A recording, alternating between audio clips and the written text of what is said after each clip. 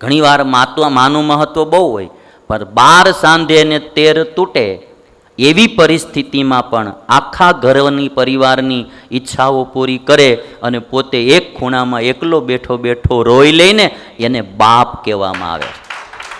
માનો પ્રેમ બહાર દેખાય છે, પિતાનો પ્રેમ બહાર દેખાતો નથી.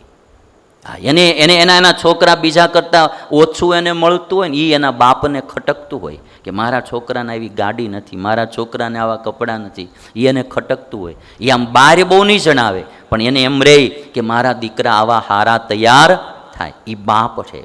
ઘણીવાર લોકોમાં માનું મહત્વ બહુ કહેવામાં આવે છે, જેટલું માનું મહત્વ છે એટલું જ બાપનું છે. બાપ જરાક ખીજાય ને એટલે માણાને એમ લાગે કે આ જરાક ટાઈટ છે, પણ એ જે સહન કરે છે પરિવાર માટે એટલું બીજું કોણ કરે. એટલે તો કોઈએ બહુ સરસ કીધું કે બાપની કિંમત સમજવી હોય ને તો એક દિવસ અંગૂઠા વિનાનું કામ કરી જોજો. ભલે 4 આંગળીઓ હોય, પણ એકવાર જો અંગૂઠો ખાલી ન હોય ને એ 40 આંગળીઓથી કામ ન થાય.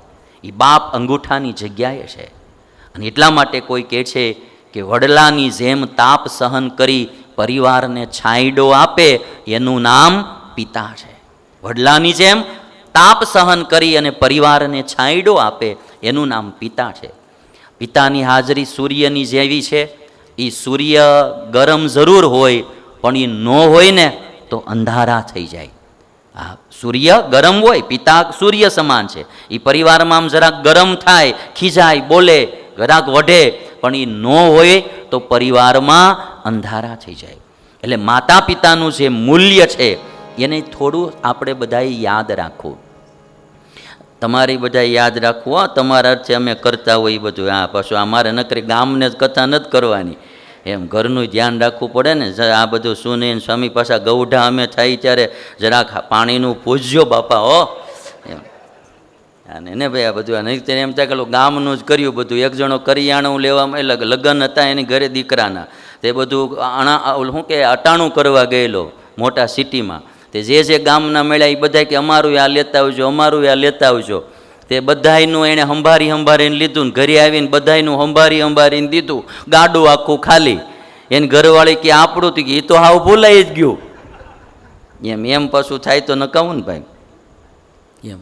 અને એક વાત કીધી, જાહેરમાં પ્રેમ કરે તે માં અને દિલથી પ્રેમ કરે એ પિતા.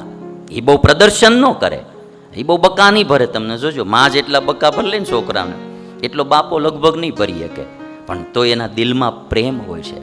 અને આંખથી રડે તે માં અને અંતરથી રડે તે પિતા. અને લાગણી પૂરી કરે તે માં અને માંગણી પૂરી કરે તે પિતા. માંગણી પૂરી કરે, જે માંગણી હોય એ પૂરી કરે એ પિતા છે. અને એટલા માટે માત પિતાનું મૂલ્ય અમૂલ્ય. હવે આ છોકરાઓ ઘડીકમાં ભૂલી જાય ભાઈ. ભણાવવામાં, પૌણાવવામાં કેટલા એણે કષ્ટો સહન કર્યા હોય. અને પછી આપણે જરાક મોટા થાય એટલે એમ કે બાપા તમને ખબર ન પડે, ચૂપ બેહો, એમ ન બોલાય ભાઈ. હા, પછી વૃદ્ધાશ્રમમાં મૂકી વારા કાઢી પડાપડી થવી જોઈએ. હા, મા બાપને નો હાચવવા એ કદાચ પાશ્ચાત્ય સંસ્કૃતિ હશે, પણ મા બાપને હાચવવા પડાપડી થાય ને એ આપણી ભારતની સંસ્કૃતિ હતી ભાઈ.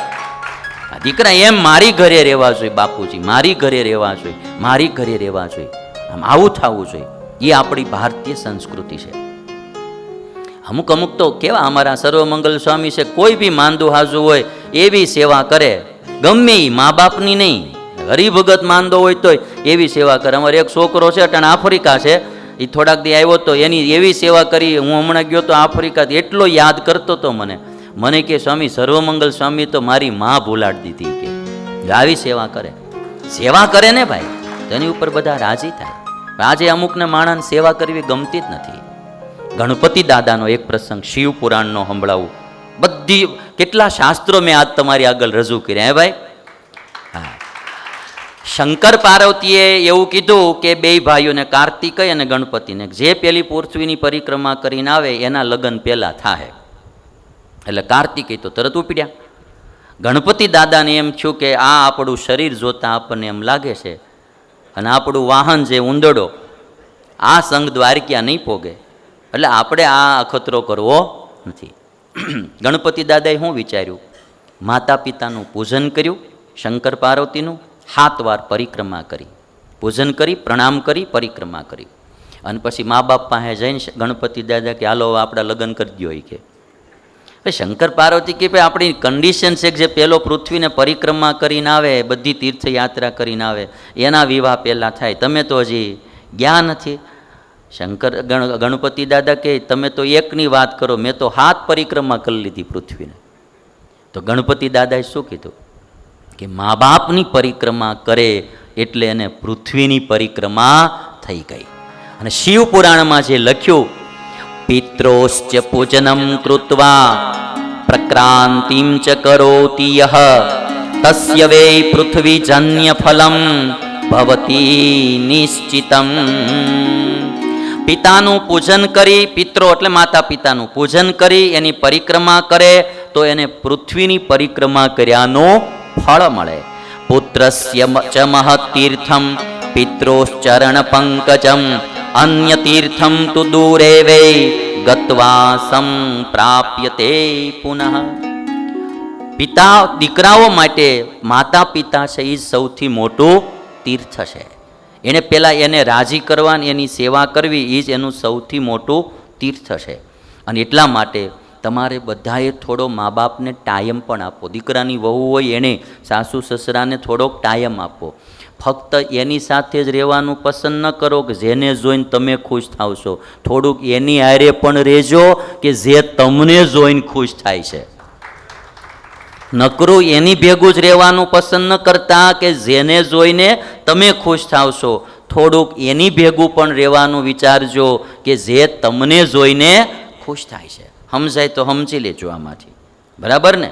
અને ખાસ એક વાત મારે કહેવી કે એક ભાઈએ બહુ સારી વાત કીધી છે કે મા બાપને ક્યારેય આપણે આમ છે ને બધા શું છે કે વયા જાય ને પછી બધું બહુ કરે છે. જીવતા મા બાપને ચૂપ કરે અને મર્યા પછી એની આગળ ધૂપ કરે. જીવતા હોય ત્યારે ચૂપ કરે, મર્યા પછી એની આગળ ધૂપ કરે. આવું ન કરવું. જીવતા હોય ને ત્યારે એને રાજી કરી લેવા. અને એટલા માટે એક પંક્તિ તમને કાગ બાપુની સંભળાવું. કાગ બાપુએ જે આ પંક્તિ લખીને મને બહુ ગમે. કાગડાઓનું ને વડલાઓનું જે વર્ણન કર્યું, આખા પરિવાર માટે કામનું છે આ. એટલે આખા પરિવાર માટે કે વડલા ઉપર પક્ષીઓ રહેતા હતા અને પછી આગ લાગી અને ત્યારે પછી જે વડલાએ પક્ષીઓને કીધું કે હવે તમે ઉડી જાઓ અને આ આગ હમણાં આપણે બધાને બાળી દેશે. અદ્ભુત વર્ણન કર્યું કાગ બાપુએ. આવું વર્ણન તમને દુનિયામાં ક્યાંય જોવા ન મળે. હે વડલો કહે છે ઉડી રે જાઓ પંખી પાંખું વાળા. હે ઉડી રે જાઓ પંખી પાંખું વાળા. હે પંખીડાઓ તમે ઉડી જાઓ, હમણાં આગ અહીંયા આવી જશે, આપણને બધાને બાળી દેશે. ઉડી જવાનું કહીને ત્યારે પંખી જે બોલ્યા ને, હે આશરે તારે ઈંડા ઉછેર્યા અને ફળ ખાધા રસ વાળા. હે મરવા ટાણે સાથ છોડી દે, મરવા ટાણે સાથ છોડી દે એ મોઢા મસવાળા. ઉડી રે જાઓ પંખી પાંખું વાળા. વડલો કહે છે તમે ઉડી જાઓ, પણ પંખીડા કહે તારે આશરે અમે ઈંડા ઉછેર્યા, તારા ફળ અમે ખાધા અને આજ મરવા ટાણે સાથ છોડી દઈએ ને તો આ અમારા મોઢા મસવાળા કહેવાય. આ દીકરાઓ અને દીકરાની વહુઓએ આ વાત યાદ રાખવી જોઈએ કે વૃદ્ધાવસ્થામાં જે મા બાપે રળીને આપણને પ્રોપર્ટી એની આપણા નામે કરી દીધી, ભણાવ્યા ગણાવ્યા, પાળ્યા પોષ્યા, મોટા કર્યા, પરણાવ્યા, અને હવે વૃદ્ધાવસ્થામાં એનો સાથ છોડી દઈએ આપણે તો આપણા મોઢા મસવાળા કહેવાય, મસવાળા કહેવાય.